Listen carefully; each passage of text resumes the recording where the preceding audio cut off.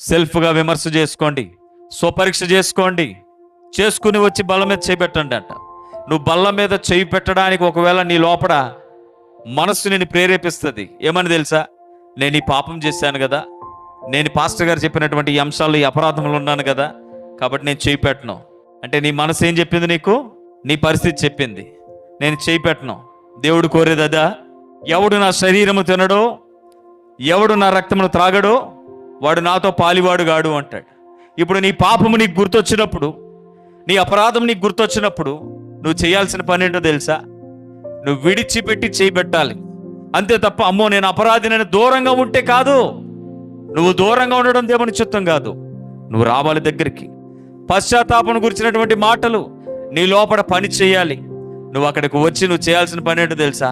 నీ అపరాధమును ఒప్పుకోవాలి, విడిచిపెట్టాలి, చేయి పెట్టాలి, మళ్ళా పాపిగా ఉండకూడదు.